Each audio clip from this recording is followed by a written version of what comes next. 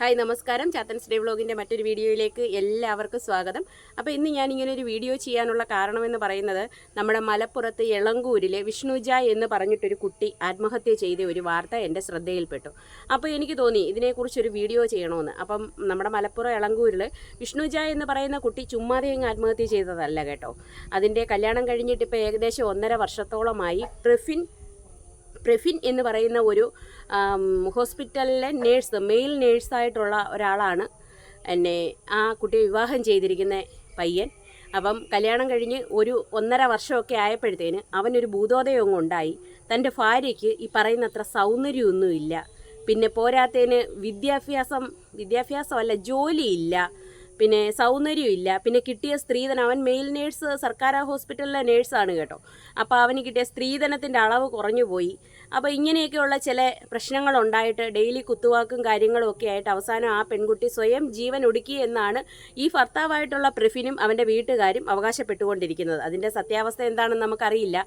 സ്വയം ജീവൻ ഒടുക്കില്ല എന്നാണ് ആ കുട്ടിയുടെ അച്ഛനും അതിൻ്റെ സഹോദരങ്ങളും പറയുന്നത്. നല്ല ബോൾഡായിട്ടുള്ള കുട്ടിയായിരുന്നു എന്നും ഇതുവരെയും പല പ്രശ്നങ്ങളും ഉണ്ടായിട്ടുണ്ടെങ്കിൽ കൂടി വീട്ടുകാരെ ഒന്നും ഇടപെടുത്താതെ സ്വയം പരിഹരിച്ചു കൊള്ളാം എന്ന് പറയുന്നത്ര നല്ല ബോൾഡ്നെസ് ഉള്ള നല്ല ഒരു കുട്ടിയായിരുന്നു വിഷ്ണുജ എന്നാണ് അതിൻ്റെ വീട്ടുകാർ അവകാശപ്പെട്ടുകൊണ്ടിരിക്കുന്നത്. പക്ഷേ ഈ ഭർത്താവിൻ്റെ വീട്ടുകാർ പറയുന്നത് അത് സ്വന്തമായിട്ടങ്ങ് ആത്മഹത്യ ചെയ്തു, അതായത് തൂങ്ങി മരിച്ചു എന്നാണ് കേട്ടോ.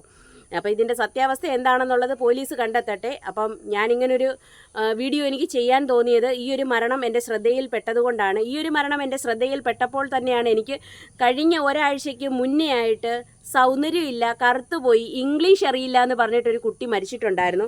അത് വേറെയും അല്ല, കൊണ്ടോട്ടിയിൽ 8 മാസമേ ആയുള്ളൂ കല്യാണം കഴിഞ്ഞിട്ട്. 8 മാസമേ ആയിട്ടുള്ളൂ. കുട്ടിയുടെ പേര് ഷഹാന മുംതാസ് എന്നായിരുന്നു. ഷഹാന, ഇത് വിഷ്ണുജ, അതൊരു ഷഹാന. അപ്പം എല്ലാ മതത്തിലും എല്ലാ സമുദായത്തിലും ഇതൊക്കെ തന്നെ നടന്നുകൊണ്ടിരിക്കുകയാണ് കേട്ടോ. അപ്പം ഷഹാന മുംതാസ് എന്ന് പറയുന്നൊരു കുട്ടി, ഭർത്താവിൻ്റെ പേര് വാഹിദ് എന്നാണ്. അപ്പോൾ പുള്ളിക്കാരനും കല്യാണം കഴിച്ചു. 8 മാസം ആയപ്പോഴത്തേന് പുള്ളിക്കാരനും തോന്നി തൻ്റെ ഭാര്യയായിട്ടുള്ള ഷഹാനയ്ക്ക് ഇംഗ്ലീഷ് സംസാരിക്കാൻ അറിയില്ല. കാരണം ഈ കുട്ടിക്ക് അധികം പ്രായമൊന്നുമില്ല, വെറും 19 വയസ്സേ ഉള്ളൂ. 19 വയസ്സെന്ന് പറയുമ്പോൾ നമുക്ക് കണക്ക് കൂട്ടാൻ പറ്റും. ഒരു +2 പഠനം പൂർത്തിയായി ഇറങ്ങുമ്പം എന്ന് പറഞ്ഞാൽ ഏകദേശം ഒരു 18 വയസ്സ്, 17 വയസ്സ്, 18 വയസ്സ്. മിക്കവാറും ഉള്ള കുട്ടികളെല്ലാം ഇപ്പോൾ +2 കഴിഞ്ഞ് ഇറങ്ങുമ്പം 18 വയസ്സാവും. പിന്നെ ഡിഗ്രി ഫസ്റ്റ് ഇയറിലോട്ടൊന്ന് ചെന്ന് കയറാനുള്ള ആ ഒരു സമയമായിട്ടുള്ളാവും.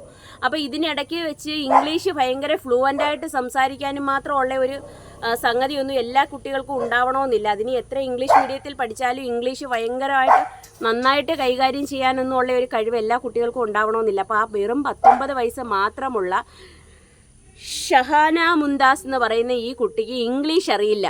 പോരാത്തതിന് ഈ കുട്ടി കറുത്തിട്ടാണ്. ഇതായിരുന്നു ഇവനും ഈ കുട്ടിയുടെ പേരിലുള്ള ഒരു ആരോപണം.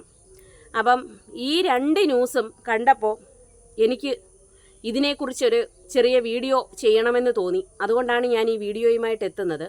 അപ്പോൾ എനിക്ക് പറയാൻ വേറെയൊന്നുമില്ല. ഇതിനകത്ത് ഈ 2 പയ്യന്മാരും യഥാർത്ഥത്തിൽ അവരുടെ വീടുകളിൽ പോയി പെണ്ണ് കണ്ട് ഇഷ്ടപ്പെട്ടതിന് ശേഷമാണ് ഈ 2 പെൺകുട്ടികളെയും വിവാഹം ചെയ്തിരിക്കുന്നത്. അല്ലാതെ ഇവരുടേതൊരു ലവ് മാരേജോ ഇവർ നേരത്തെ കണ്ട് ഫിക്സ് ചെയ്തതോ അല്ലെ മൊബൈൽ വഴി വന്നതോ ഒന്നുമല്ല. നേരിട്ട് വീടുകളിലെത്തി കണ്ട് കല്യാണം കഴിച്ച 2 ചെറുപ്പക്കാരാണ്. എനിക്ക് ഇവരോട് ചോദിക്കാൻ ഉള്ളതൊന്നേ ഉള്ളൂ. ഇതേപോലൊരു അനുഭവം നമ്മുടെ കുടുംബത്തും വന്നിട്ടുണ്ട് കേട്ടോ. പക്ഷേ ഞാൻ അതിനെക്കുറിച്ചിപ്പം കൂടുതൽ സംസാരിക്കുന്നില്ല. ഇതിനെക്കുറിച്ച് എനിക്ക് പറയാനുള്ളത് ഇത്രയേ ഉള്ളൂ. കാരണം ഈ ചെറുക്കന്മാർ പെണ്ണ് കാണാൻ പോയപ്പോൾ, കണ്ണ് കാണാനല്ല, ഈ ചെറുക്കന്മാർ പെണ്ണ് കാണാൻ പോയ സമയത്ത് ഇവന്മാരുടെ കണ്ണിൽ എന്താ തിമിരം വല്ലതും ആയിരുന്നു? ഈ 7-8 മാസമൊക്കെ കഴിഞ്ഞ് 1.5 കൊല്ലമൊക്കെ കഴിഞ്ഞപ്പോഴാണോ നിൻ്റെയൊക്കെ കണ്ണിലെ തിമിരം പിച്ച് കളഞ്ഞത്? നിനക്കൊക്കെ കണ്ണ് കാണില്ലായിരുന്നോ? അതോ അന്നേരം നിനക്ക് അറിയില്ലായിരുന്നോ ഇവക്ക് സൗന്ദര്യമില്ല, ഇവള് സുന്ദരിയല്ല, അല്ലെങ്കിൽ നീ ഉദ്ദേശിച്ചത്രത്തിൽ പൊക്കത്തിലില്ല, അല്ലെ നീ ഉദ്ദേശിച്ചത്രയും വണ്ണത്തിലില്ല, അല്ലെ നീ ഉദ്ദേശിച്ചത്രയും വെളുപ്പിലില്ല എന്നൊക്കെ നിനക്കറിയാൻ വയ്യാത്ത കണക്ക് നിൻ്റെയൊക്കെ കണ്ണിനകത്ത് എന്താ കുരുടായിരുന്നോ? കുരുടന്മാരായിരുന്നോ നീയൊക്കെ? നീയൊക്കെ പോയി ഈ പെൺകുട്ടികളെ കണ്ടു, ഞങ്ങൾക്ക് ഇഷ്ടപ്പെട്ടു, ഇത്രയും സ്ത്രീധനമൊക്കെ മതി എന്നൊക്കെ പറഞ്ഞുറപ്പിച്ചല്ലേ നീയൊക്കെ കല്യാണം കഴിച്ചത്. ഇപ്പം പ്രത്യേകിച്ച് കേരളത്തിൽ ഈ വിവാഹം എന്ന് പറയുന്നത് ഒരു പറഞ്ഞുറപ്പിക്കൽ വ്യാപാരമാണ് കേട്ടോ. സ്ത്രീധനം എന്ത് കൊടുക്കും, എന്ത് വാങ്ങിക്കും? പ്രത്യേകിച്ച് ഒരു ജോലിയും കൂടെ ഉണ്ടെങ്കിൽ പറയുകയും വേണ്ട. സർക്കാർ ജോലി ഉണ്ടെങ്കിൽ നമ്മൾ കിലോ കണക്കിന് തൂക്കി കെട്ടിയൊക്കെ കൊടുക്കേണ്ടി വരും. അത് അങ്ങനെ ഒരു വ്യാപാരമാണ്. അതായിക്കൊള്ളട്ടെ, അത് ഉള്ളവൻ കൊടുക്കട്ടെ, ഇല്ലാത്തവൻ കൊടുക്കാതിരുന്നിട്ട് അവസാനം ഇതേപോലെ പീഡിപ്പിക്കപ്പെട്ട് മരിക്കപ്പെട്ടുകൊണ്ടേയിരിക്കുന്നു. അപ്പം എനിക്ക് ചോദിക്കാൻ ഇത്ര മാത്രമേ ഉള്ളൂ. നീയും നിൻ്റെ കുടുംബക്കാരും ഒക്കെ ചെന്ന് പെണ്ണ് കാണാൻ ചെന്ന സമയത്ത് അവരെന്തായിരുന്നു, പെൺകുട്ടിയെ മാറ്റിയെങ്ങാണോ ആണോ ഇനി കാണിച്ചു കൊടുത്തത് ഇവന്മാർക്ക്? നിങ്ങൾ വേറെ ഏതെങ്കിലും പെൺകുട്ടിയെ പണ്ട് കാലത്തുള്ള സിനിമയെ കാണുന്ന കണക്ക് അനിയത്തിയെ കാണിച്ചിട്ട് ചേട്ടത്തിയെ കെട്ടിക്കോ അങ്ങനെ എന്തെങ്കിലും പരിപാടി ചെയ്ത ഫാമിലീസ് ആണോ ഇനി ഇവർ? എന്ത് തന്നെയായാലും നീയൊക്കെ കല്യാണം കഴിക്കാനായിട്ട് പെണ്ണ് കാണാൻ ചെന്നപ്പോൾ ഈ പെൺകുട്ടികളെ തന്നെ കണ്ടിട്ട് ഇഷ്ടപ്പെട്ടിട്ടല്ലേ നീയൊക്കെ കല്യാണം കഴിച്ചത്? കല്യാണവും കഴിച്ചതുമല്ല, അല്ലെങ്കിൽ നീ കല്യാണം കഴിച്ച് താണ്ടെ ഇങ്ങോട്ട് കൊണ്ടുവന്നേ വെച്ച് പിറ്റേന്ന് നേരം വെളുത്തപ്പം താണ്ടെ ഇന്നലെയോ കഴിഞ്ഞ ദിവസം ഒരുത്തൻ ഇപ്പം ചെയ്തിട്ടുണ്ട്. ഇറ്റലിക്കാരൻ അവൻ കല്യാണം കഴിച്ചതിൻ്റെ പിറ്റേന്ന് പെണ്ണിനെ കൊണ്ടുവന്ന് വീട്ടിൽ കളഞ്ഞു, ട്രാൻസ്ജെൻഡർ ആണെന്ന് പറഞ്ഞിട്ട് ആ ഒരു സംഭവം ഉണ്ടായിട്ടുണ്ട്. അപ്പം നിനക്കൊക്കെ കൊണ്ടുവന്നതിൻ്റെ പിറ്റേന്ന് നേരം വെളുത്തല്ലേ അന്ന് രാത്രി അവൾ മോന്ത കഴിവി. ഇനി ഒരു പക്ഷേ ഇപ്പോഴത്തെ എന്ന് പറഞ്ഞാൽ നമ്മുടെ മേക്കപ്പ് ഒന്നും വിശ്വസിക്കാൻ പറ്റത്തില്ല. ഇനി മോന്ത കഴിവിയപ്പോൾ പെണ്ണ് കറുത്ത് പോയത് കൊണ്ടാണെങ്കിലോ അല്ലെങ്കിൽ മേക്കപ്പ് മാറിയപ്പോഴത്തേനും നീ കണ്ട പെണ്ണല്ലെങ്കിലോ നിനക്ക് പിറ്റേന്ന് നേരം വെളുത്തപ്പോൾ അവക്കുള്ള വീട്ടിൽ കൊണ്ടുപോയി നാക്കിക്കൂടായിരുന്നു? ഈ സൗന്ദര്യം കുറഞ്ഞു പോയെന്ന് പറയുന്നവന്മാരോടാണ് എൻ്റെ ചോദ്യം.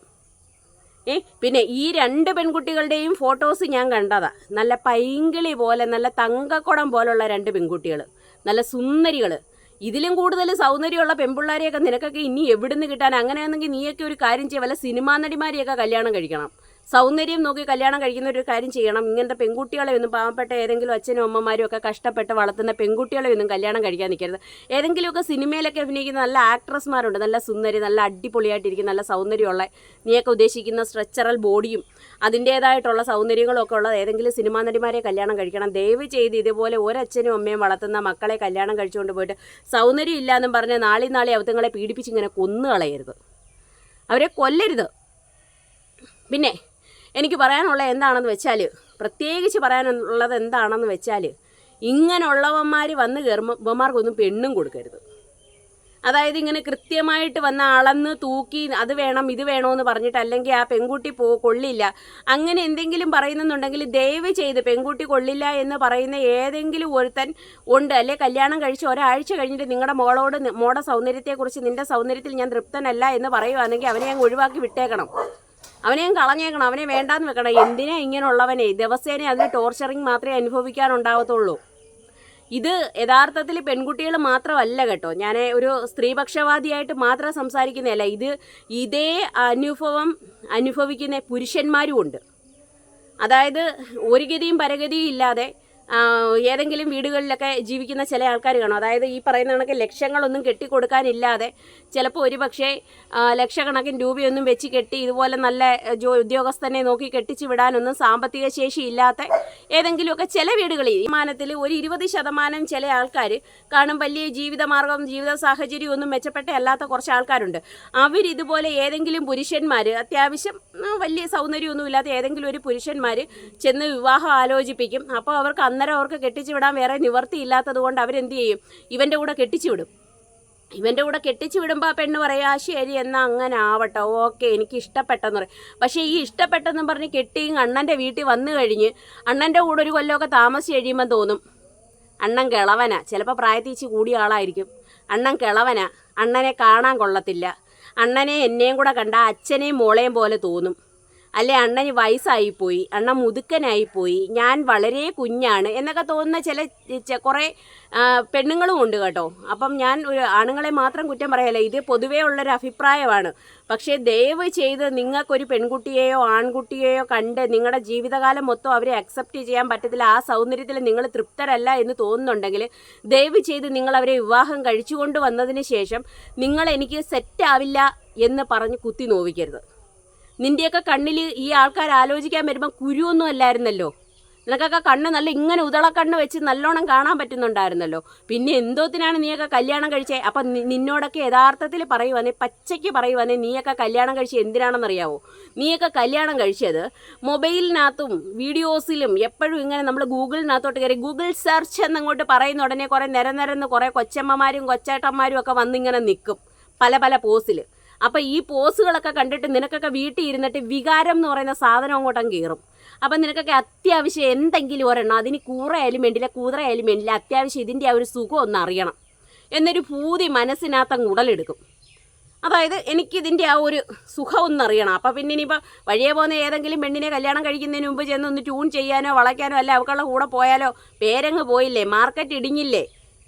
അപ്പോൾ അങ്ങനെ മാർക്കറ്റ് നിലവാരം ഇടിയാതെ നിൻ്റെയൊക്കെ ആവശ്യം, അതായത് നിൻ്റെയൊക്കെ വികാരം അടക്കാൻ നിനക്കൊരു സാധനം വേണം. അപ്പോൾ ആ സാധനം നീയൊക്കെ നോക്കുമ്പം ഇങ്ങനൊരു കല്യാണം ആവുമ്പം നൈസായിട്ട് നിനക്ക് കിട്ടും.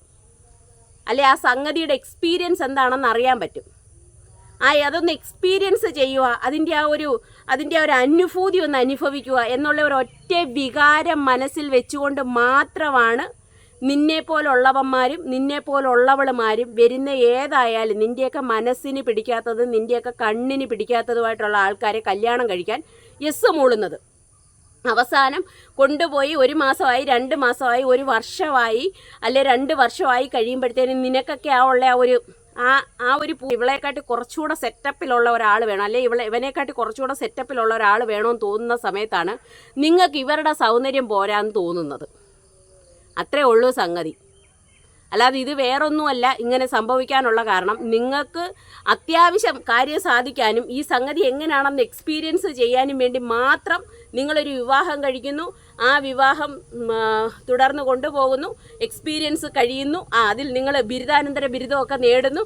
അത് കഴിയുമ്പോൾ തോന്നുന്നു ഇത് പോരാ, ഇതിനെക്കാട്ടി മെച്ചപ്പെട്ട ഒരെണ്ണം ഇനി എങ്ങനെ ഇരിക്കുമെന്നൊന്നും അറിയണം. ആ ഒരു ആകാംക്ഷ കൊണ്ടാണ് നിങ്ങളുടെ കൂടെ അത്രയും നാൾ താമസിച്ച പങ്കാളിക്ക് സൗന്ദര്യം പോരാന്ന് നിങ്ങൾക്ക് തോന്നുന്നത്. മനസ്സിലായോ? അതായത് നിന്നെയൊക്കെ പച്ചയ്ക്ക് പറയുവാണെങ്കിൽ എന്താ പറയേണ്ടത്, നിരപ്പേ നടക്കാൻ ആഗ്രഹിക്കുന്നത് കൊണ്ട് നീയൊന്നും ഒരു കടയിൽ നിന്ന് മാത്രം ചായ മേടിച്ച് കുടിക്കാൻ ആഗ്രഹിക്കുന്നില്ല, നിരങ്ങി നടന്ന് പല കടകളിൽ കയറി ചായ കുടിക്കാൻ ആഗ്രഹിക്കുന്നു എന്ന് ചുരുക്കി പറഞ്ഞാൽ, അതായത് അന്തസ്സായിട്ട് പറഞ്ഞാൽ. അതുകൊണ്ടാണ് നിനക്കൊക്കെ കൂടെ താമസിക്കുന്നവർക്ക് സൗന്ദര്യം പോരാ എന്ന് പറഞ്ഞിട്ട് അവരെ ഒഴിവാക്കി അവരെ മാനസികമായിട്ട് പീഡിപ്പിച്ച് അവരെയൊക്കെ കൊല്ലുന്നത്.